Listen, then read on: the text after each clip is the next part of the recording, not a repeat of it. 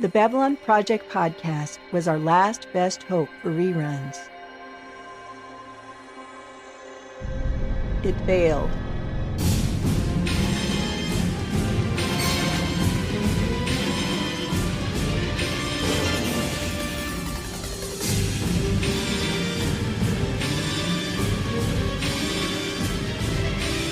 But in the year of the Shadow War, it became something greater. Our last best hope for fandom.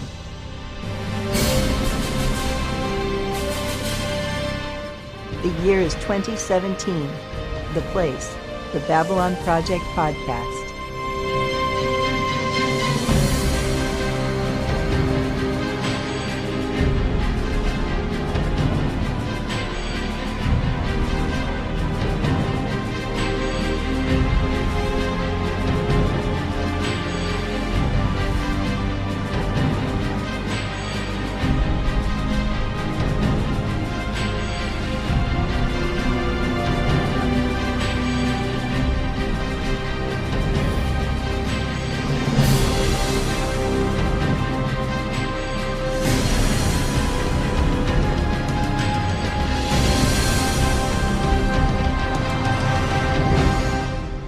This is Maggie Egan, your ISN news anchor, and you're listening to the Babylon Project podcast. Thanks for listening.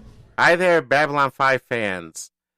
Welcome to another episode of the Babylon Project podcast. This is a somewhat froggy Raul Wybera tonight, and joined as usual with my two good friends, Jim Arrowood and JP Harvey. How are you boys tonight? I'm real good. How about you, JP? Doing great here. Better than last week.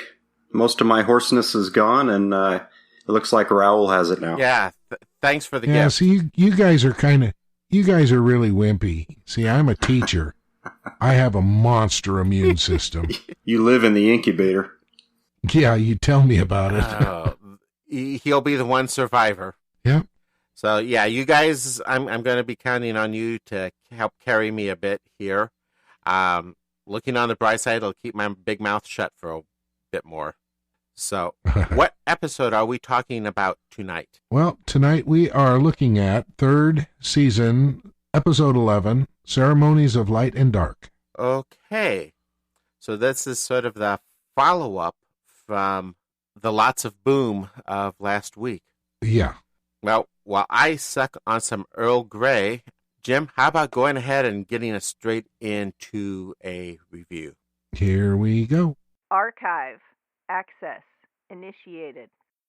A small group of Nightwatch members in hiding on the station kidnapped Delenn and Lennon, one of the commanders of the Minbari fleet keeping watch over Babylon 5. It is their intention that they will use the pair to force the Minbari to leave the station and open the way for Earth Force to take over.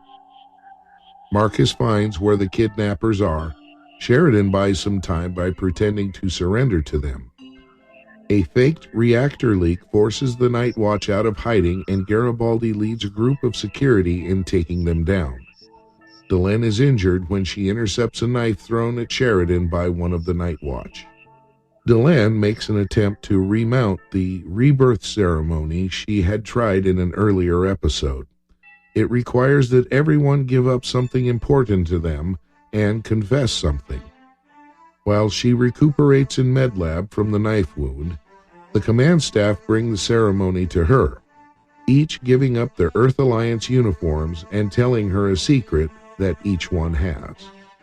While attempting to purge the station's computer system of old passwords in favor of new ones, Garibaldi manages to revive an artificial intelligence program in the computer that displays a somewhat grating attitude toward its operators. Well, there it is. I like that last part. I gotta say, stepping into this episode, after the last two, even though this wasn't a humorous episode, there were a lot of comical elements in there that felt refreshing after the burden of the last two. Yeah, especially with their computer problems. Yes. Yeah. Character. Files. Opened. So, Jim, who did we have with us tonight? All right. We start out with William Forward as Lord Rifa is returning, and we've talked about him before. We have Don Stroud as Boggs. This is his second appearance on Babylon 5. The first was as Caliban in the TKO episode, 14th episode of the first season. And I think, as we said back then, if you've seen any sort of crime drama, police movie, Western from the late 1960s, you've seen this guy. Oh, yeah. He's been around a lot. Yep. And another note here, added by a little birdie, in the early 1990s, Stroud attempted to come to the aid of a man being mugged in Greenwich Village, New York. He wound up getting stabbed like 10 times, including in his right eye, and he'll no longer see out of that eye anymore. Yeah, you want to hear something funny? Okay, I'll tell you what. If anybody can come up with something funny about someone getting stabbed 10 times, then it would be you, Raul. Well, not fun. They got a crud of criticism from people ragging on Straczynski about the horrible makeup job on Biggs, how fake the scar and stuff was. Oh my gosh.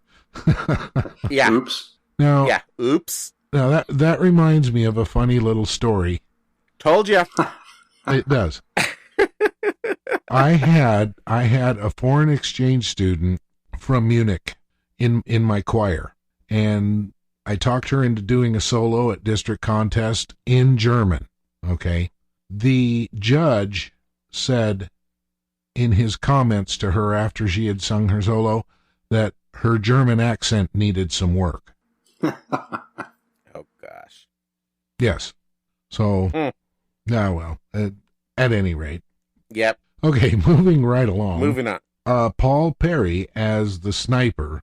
This is his only appearance in Babylon 5. He's got credits back to 1982, including Stargate SG-1 as Dr. Woods in the episode Frozen, Battlestar Galactica Epiphanies, Andromeda Strain, the TV miniseries, and in Caprica.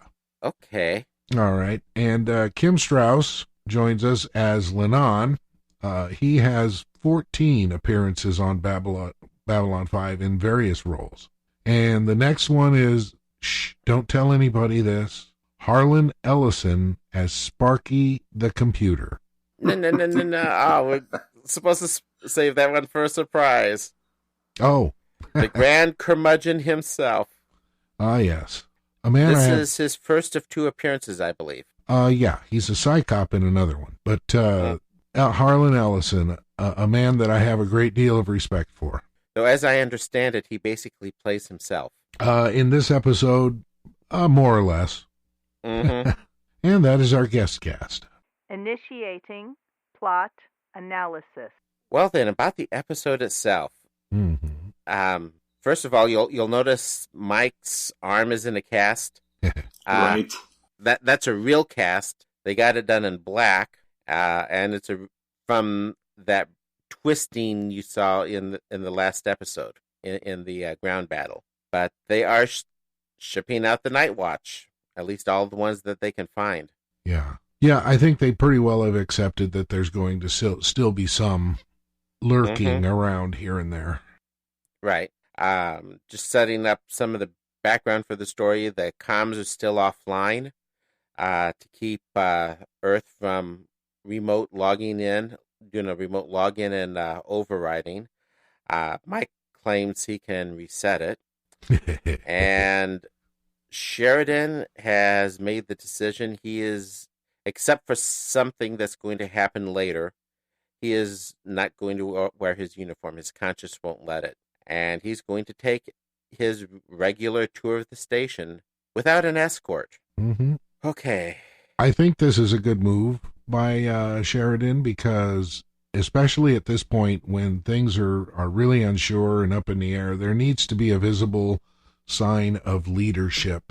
Yeah, but Mike's understandably worried. Was it Mike or Susan that was worried about unnecessary risks? Oh, and I would agree with that, except that, if he walked around with a big security contingent, that probably wouldn't send a very positive message. Mm-hmm. So, he's taking some risks, but I think they're justified myself. And he's wearing a white shirt, so he's a good guy. Right. Yeah. While this is happening, Delenn is thanking the Minbari that had helped, and one of the captains wants to see the station that he put so much on the line to save. And in Delenn and Lanier's conversation, they know what's coming, and their claim is that they are ready to face the darkness. Mm-hmm.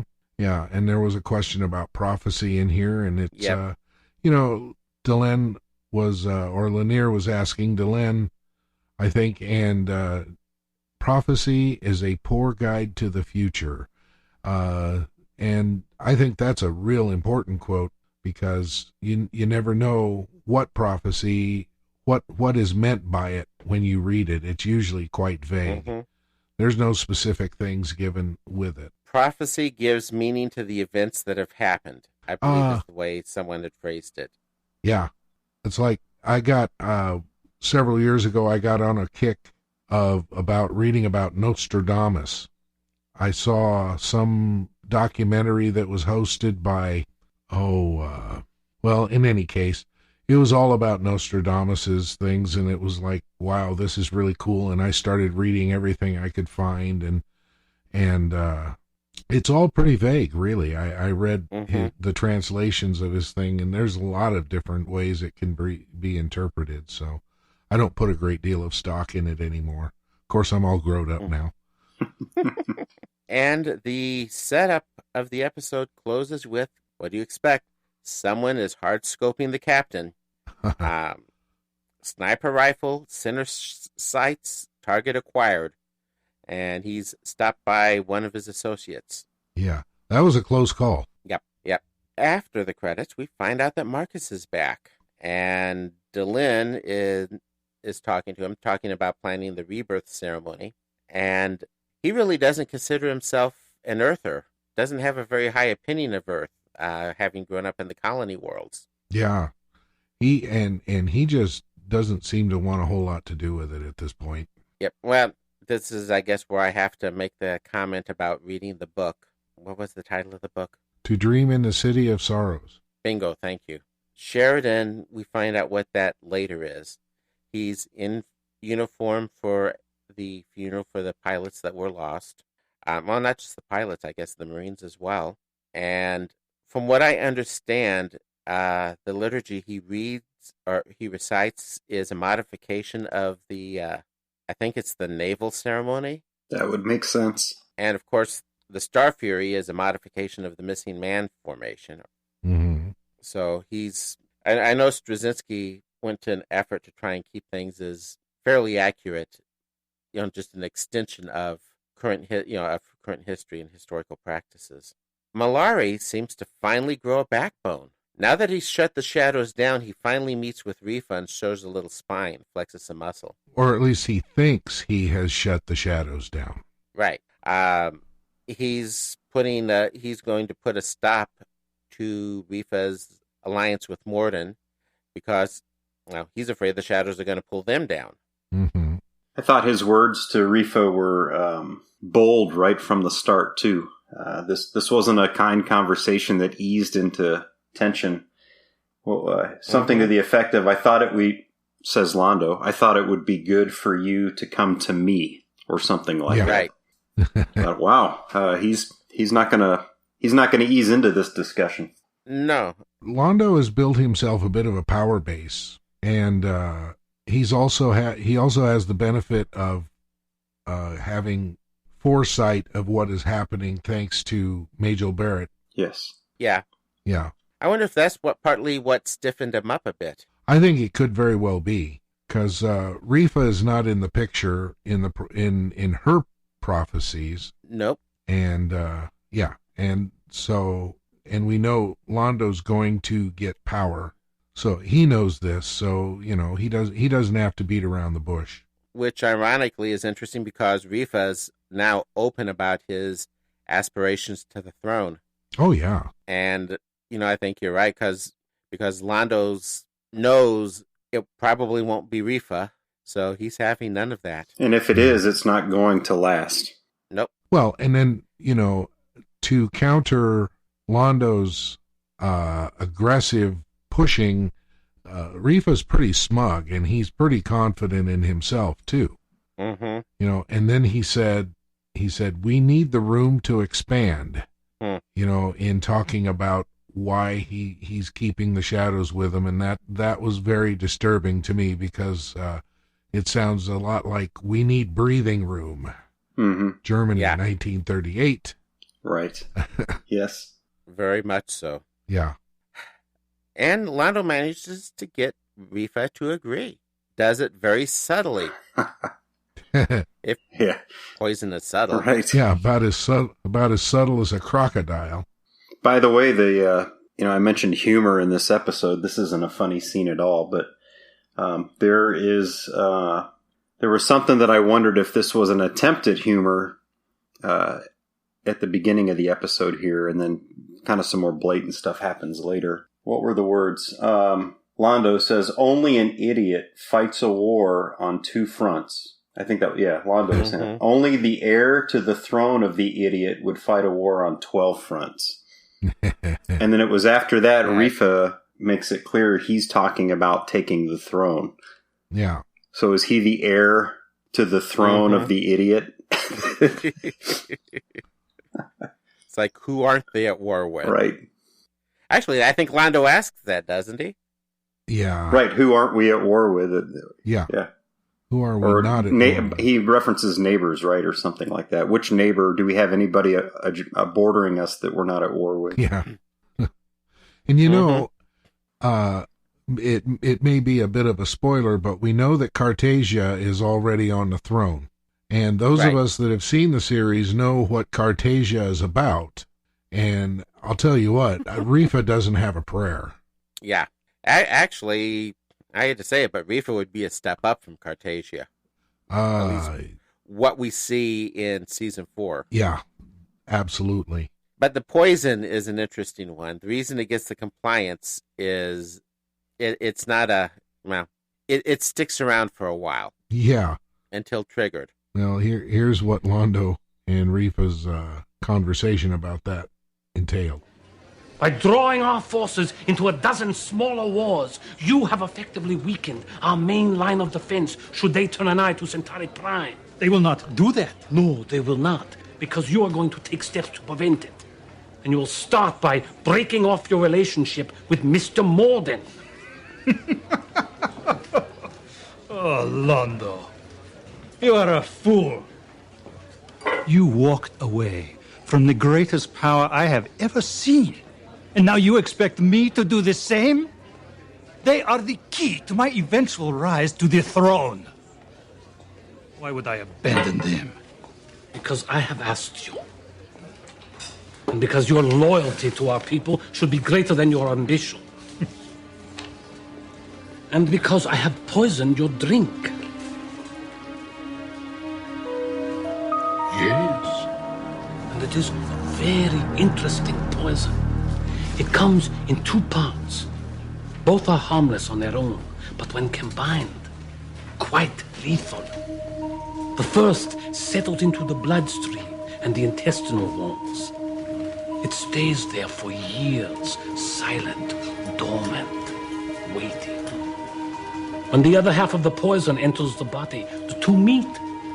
Have a little party in your cardiovascular system, and suddenly, you are quite dead. Your drink contained the first half of the poison.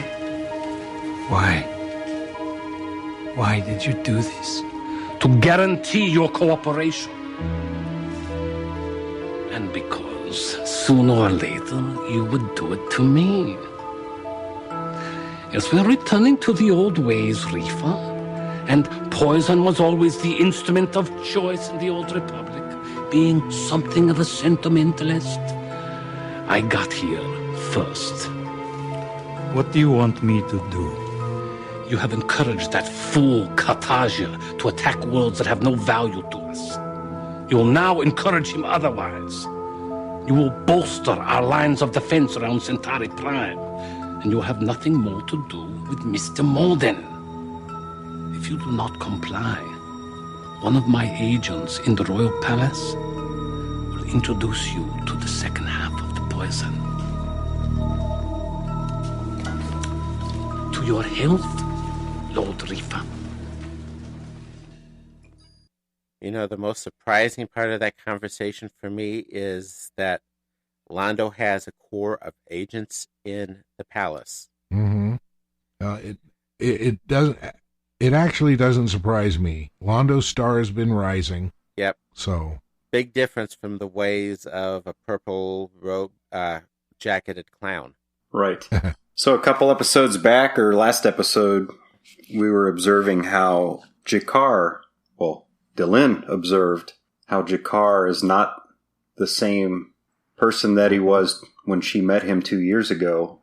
And now I think we can say the same thing about Londo. This guy, something is happening with him. And he even shows a little bit of some strategic planning skills. Mm. You know, he's thinking a lot bigger than Rifa, it appears. Well, he's no longer the buffoon, and he knows it. And as I said, he already knows his future.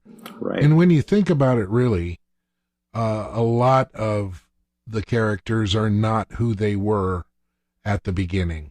You know, Delenn has changed. Obviously. Yeah. About the only person who has not changed is Kosh. Right. Kosh is Kosh is Kosh. Susan is still very much Susan. Oh, well, she stopped complaining about being Russian all the time, though. No, that's true. And speaking of Susan, she and Sheridan and Mike are busy resetting the system. Peekaboo. And, yep. You know, Straczynski had made a comment once about the password. He picked the passwords that really describe their personalities. Okay. The problem with those kind of verbal passwords, though, isn't it sort of once you've used them, it's sort of a one-shot deal? Yeah. Yeah, didn't he, in that process, doesn't he, a part of the recoding or reprogramming is that they have to, I don't think he said reset, but essentially reset their passwords. I thought that was a part of the... And we're left not knowing what the next funny word would be that he might pick. Well, the system goes down, it's restarting, and we switch to Delenn describing this rebirth ceremony. Yeah. She tried to do this before, way back in episode 201. Uh-huh. Or, no, I'm sorry, I take that back. Like the second or third episode. Yeah, it was early. Very early. It was early in the second season, but the rebirth ceremony involves each of the participants telling someone a secret that they have never told anyone before. Mm-hmm. So she wants to do this, and there seems to be some resistance. Yeah. No red fruit this time, and no pseudo marriages at least. No. And you notice Kosh is keeping a real low profile. We haven't seen him in a while, have we? He is staying out of the way, especially for this rebirth stuff. It would have been really interesting to see what kind of secret that dude has. Well, we've got the Nightwatch keeping a low profile. This is where we really get some interaction with Boggs and an idea of what their orders are. But basically, Sheridan has been placed off limits, and instead their target is Delenn. High-profile assassination, something to try and drive the aliens away. Yeah. And the logic in that was, don't kill Sheridan, you'll make him a martyr. Mm-hmm. Kill Delenn, because she's at the center of all this, and see if you can make it look like Sheridan is somehow to blame. Right. So you can take two out with one shot, essentially. You know, and at least, though, the Nightwatch that we had before that were in uniforms, they at least look somewhat professional. These guys look like nothing but a bunch of thugs. Right. I mean, I wonder if they aren't like, you know, in hockey, the goons.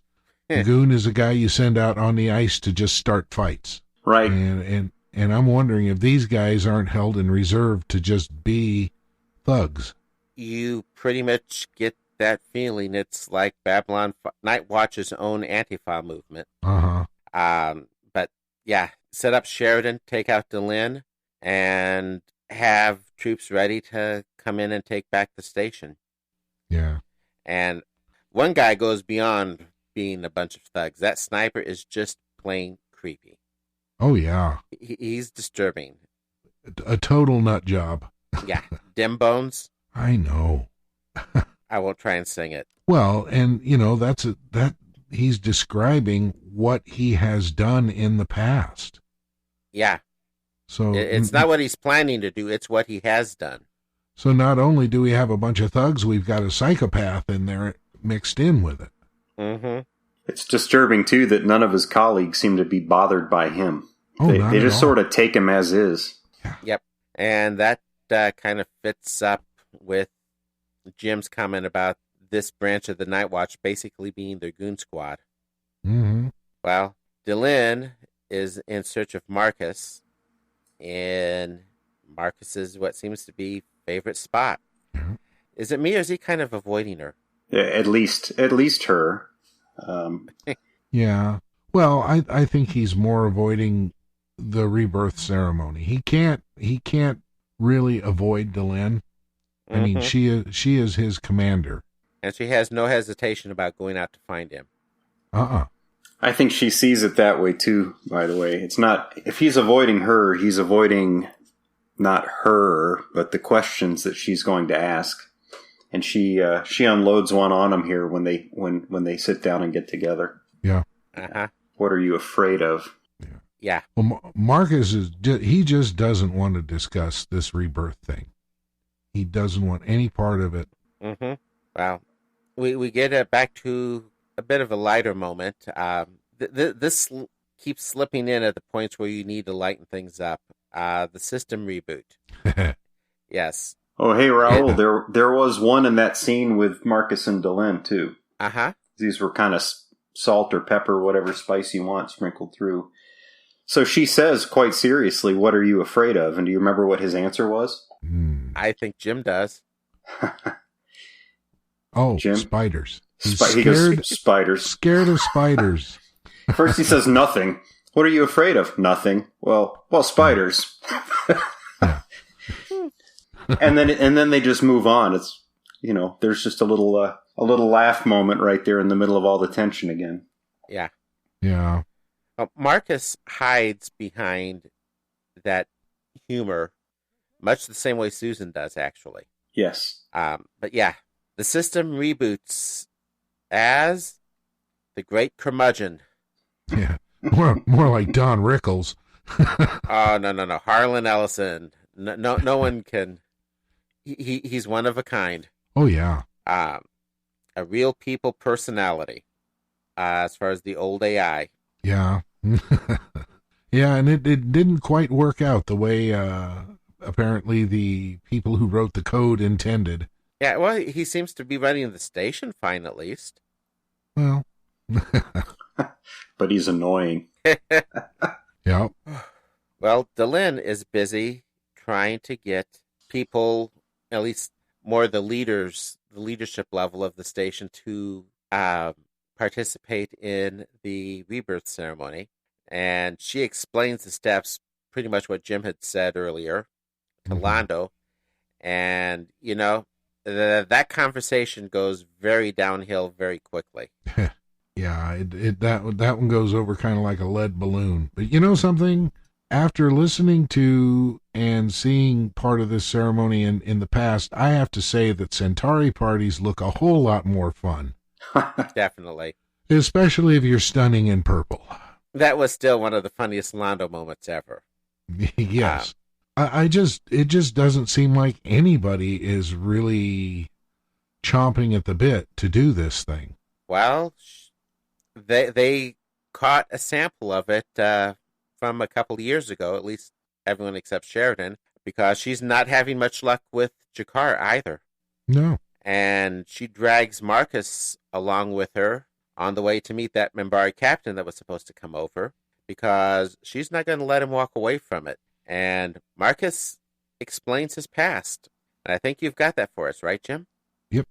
I wish you would trust me enough to talk to me, Marcus. Why are you so reluctant to take part in the rebirth ceremony? You asked me to give something up, Delenn. I don't have anything left. It's all gone. My brother was the last of our family, and he died because of my stupidity. He warned me of the shadows. I didn't listen.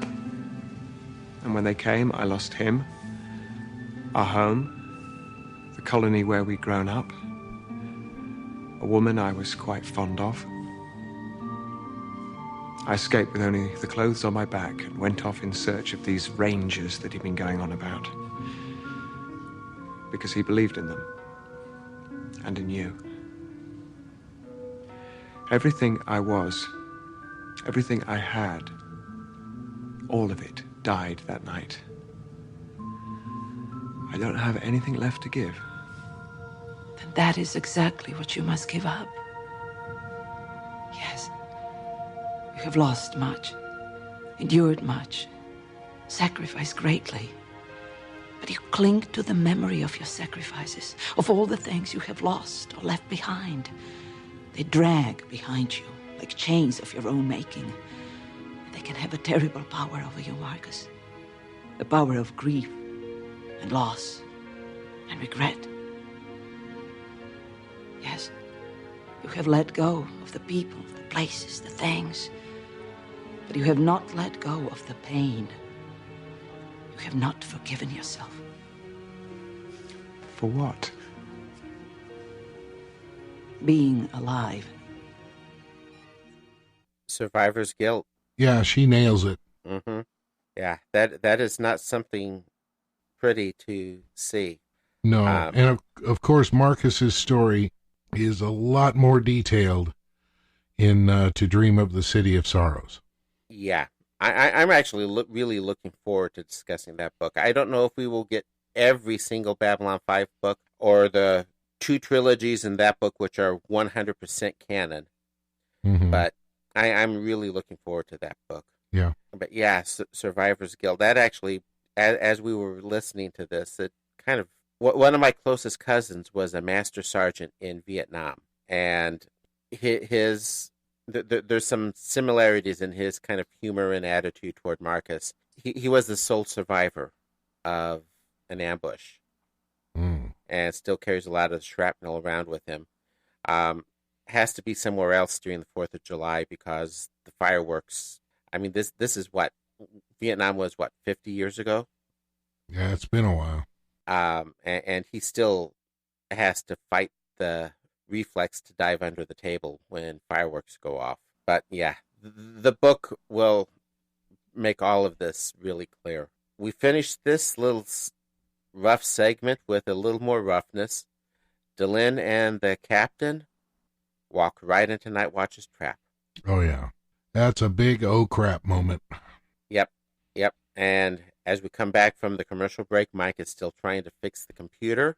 But the real concern is Delenn, and shall we say Marcus is a little upset? Yeah, more than just a little bit. But this again is more guilt coming back. Boggs finally contacts the captain, gives them 6 hours to get rid of the Minbari. Yep.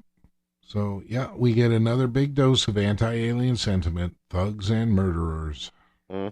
And Marcus looking for Delenn in pretty much all the wrong places, it seems. Yeah. Or maybe all the right places, right? But he goes back and really threatens his sources or his potential sources. Yeah. Marcus, he's a one-man army, that guy. Yeah. But, yeah. This is where he says, now I have to wait for one of these guys to wake up.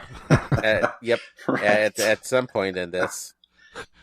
I'll tell you what, Marcus is, even when things are really serious, the guy is hilarious. Well, his threat that he made was pretty accurate. Right. I'll be the last one standing, right? Or the only one standing in this room.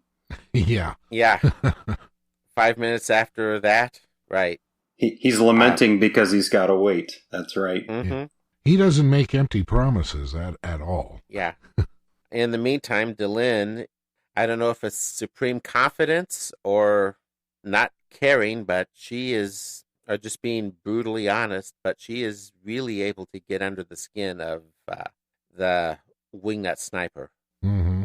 But yeah, Marcus is hilarious. It's lots of repressed anger, and he's not repressed anymore. Right. Nope, he's letting it all out. What was the back and forth? Mm-hmm. Looks like they trained him well. Yep. What did they say to you in training or some such thing, right? They said I was carrying around a lot of repressed anger, and Lanier says, and? Not repressed anymore. I'm not repressed anymore. Nope. They're both on edge, though, and that kind of leads to a rough moment between the two, which ultimately Lanier makes a rather significant confession to Marcus. Yeah, he's starting the ceremony early. Yep. He's in love with Delenn. I don't think this surprised me as a viewer. The fact that he said it surprised me. Mm-hmm. Yeah. And you got to wonder how the poor guy's feeling, you know, with her sparking with Sheridan. Mm-hmm. Well, Lanier does make the comment about he knows that she's fated for someone else. I think it's, at least to the audience, pretty clear who the someone else is. Yeah. But someone does wake up, and, well, before we go to that, Lanier makes a vow about never leaving her side, and Marcus kind of cautions him about the seriousness of something like that. Mm-hmm. That they have a way of coming back to haunt you. Keep that in mind for season 5. Okay. And Marcus has another good line here. You can get more with a kind word and a 2x4 than just a kind word. Yeah. Well, he gets some answers, and he sends Mike's men down to level 14. While Sheridan, with Marcus's information, has a plan. Basically, he sets up the mole, kind of turns the tables around, and fakes a reactor leak. Now, those guys sure take off when they think that's going on. Yeah. And Delenn takes a knife for Sheridan. Yeah. Yeah. That was a hard scene. Yeah, it was a very hard scene. But after that, Sheridan's had enough. And he's not exactly repressed anymore either. No, absolutely not. Well, starting to wrap up, at least some of the loose ends. Delenn, she is going to be okay. Garibaldi shoots the computer, or at least the speaker. Yep. And funny, he's not repressed. Nobody's repressed anymore. No one's repressed anymore. And they decide that if Delenn can't come to the rebirth ceremony, they're going to bring it to her. Mm-hmm. And we get a very awe moment with the John and Delenn segment there, that the John and Delenn fans... Now, I don't know if you guys remembered this or if you were involved in the online community back in the 90s or not, but there was a massive cater of John and Delenn shippers. Websites were set up on it. Usenet groups were dedicated to it, and they went nuts with the scene here. Oh, really? Uh-huh. I did not know that. Yeah. The short of it, though, is it's not just Sheridan who gave up his uniform. He gives up, well, pretty much the whole command crew does. Yeah, and I snagged that, so I'll go ahead and play that. Hello, Delenn.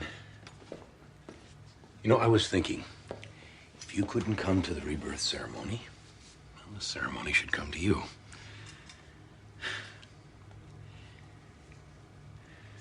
I've given up something that really mattered to me. A uniform and everything that goes with it. What I've never told anyone before now. When you were hurt. When you were in my arms. I was ready to kill that guy with my bare hands. I realized I'd never told you how much I cared about you. How much you mean to me. I think it's time you knew that. I can no longer imagine my world without you in it.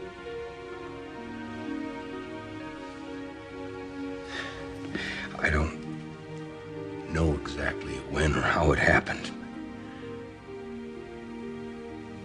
But I'm glad it did.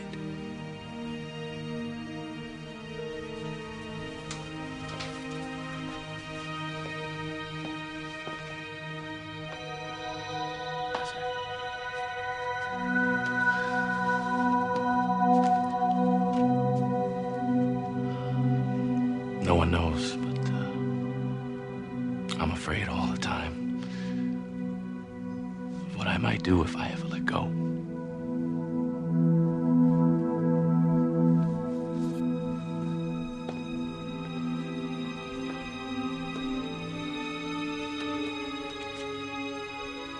I think I loved Talia.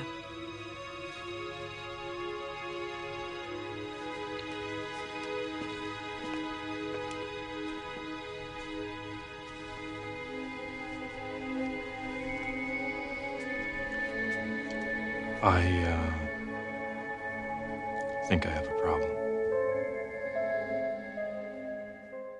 So Mike's afraid. Mm-hmm. Susan thinks she was in love with Talia. And, Who isn't? Yeah. And Franklin has a problem. Yep. So it's almost like we had a past, present, future kind of a thing going on there. Mm-hmm. You know? Yeah. I thought it was interesting with the comments about Delenn not being able to come to the ceremony. And I thought, if I was Delenn, I would have wanted to say, I didn't know we were having the ceremony. Yeah. You know, it's everybody has avoided it from the start. Her injury seems to have driven everybody to refocus a little bit for good. Mm-hmm. And then we get these four key characters coming in and confirming things that we've thought or known about, but making those things public. What a cool scene. Yeah. I don't think that, I remember that Lanier said that it was too late to do it anyway. Right. Because once you start the process, it's got to be done in a certain amount of time. I'll tell you what, those Minbari, they are really obsessed with the clock. Yeah. Or the rule book. Yeah. But at any rate, the only human that was really resistant to it was Marcus. Right. The aliens didn't want anything to do with it, but the command staff, they seemed more than willing to do what they needed to do. Yeah. And it seems that Delenn anticipated that. Right. Once it's her turn. Mm-hmm. Yeah, so what was her secret that she hadn't told anyone? Was there one? There was. Was it, Raoul, was it Lanier that meets the four? They come in and out of her room alone, which makes sense, because they're sharing secrets. And then Lanier brings a message to them from her and says, essentially in anticipation of this, she made a special gift for each of them, and those gifts are in their quarters. I would say that might count. And those gifts, the new Army of Light uniforms. Mm-hmm. And the way we're introduced to those uniforms was really cool. Yeah. Yeah. The way they stride onto the bridge. Mm-hmm. Yeah. And one other little tidbit of information. Did you notice a subtle little change to the command deck? Oh, yeah. When they came in. At the beginning of the episode, it was the Babylon 5 symbol with the wreaths, the laurel. Right. When they come in this time, it's the Babylon 5 symbol with the sword and the shield. Yeah, the broadsword. You bet. Mm-hmm. And I love the way they close it. Babylon 5 is back in business. They're online. Well, that's it. There it is. Yeah. And there it is. It's a pretty effective reset. It's a pretty effective reset for after the struggles of the last 3 episodes. Yeah, and now we're ready to move forward. We're rid of the Nightwatch. We are... Well, at least the ones we know about. Well, if I recall, I don't think we'll see too many more of those. We have a smart aleck computer, and everyone has told something that is bothering them, and they've all given up their affiliation with Earth Force for the time being. Right. And most series, things would slow down a bit from here. Actually, for most series, they wouldn't have gotten to this point this early in the season to begin with. Babylon 5 does not slow down. So, folks, the roller coaster is going to continue. Yeah. Yeah, you could say this is the new normal. Yeah, it's a very powerful episode, though. Any closing thoughts, gentlemen? My voice is about gone. No, a good, solid transitional episode. Kind of almost the closing of one chapter, the opening of another. Yeah, it is very transitional. Yeah. Well, then, what do we have next week? Well, we have Sick Transit Veer, the 12th episode of the 3rd season. More passing. Yeah. Sorry. Sic transit veer, thus passeth the man. My Latin serves. Well, my Latin's a little rusty. Same here. There's actually one last funny story to tell there. When I was studying Latin at university, our instructor was a crusty old Jesuit, and he threw a pop quiz at us. I was crushed when it came back. I got a 0. Uh-oh. However, he went out of his way to note that if the test had been in Spanish, I would have scored a perfect score. Yeah, sometimes that would get me in trouble with my Latin. Okay, yeah, I can see that. I can see that. Well, if there is nothing else for you gentlemen to add, shall we wrap up? I think we should. Let's do it. Did we have any boom today? Nah, not really. We had a few punches, we had a few knives, but no boom. No boom? Not even when Garibaldi shot the computer? That was more of a thud. Oh, a thud, okay. All right. Is there going to be some boom tomorrow? Probably. There's always boom tomorrow. Always. Indeed. Well, good night, folks. Yeah, we'll see you later. Say good night, JP. Good night, JP. Okay, throwback to Rowan and Martin. Actually, I love that show. Podcast terminated. Thank you for listening to the Babylon Project podcast. You can email Raul and Jim at the Babylon Project podcast at gmail.com. You can find us on Facebook at the Babylon Project Podcast. On the internet, we are at babylonprojectpodcast.wordpress.com. To subscribe to the podcast, you can find us on iTunes, or you can subscribe to the RSS feed on the webpage.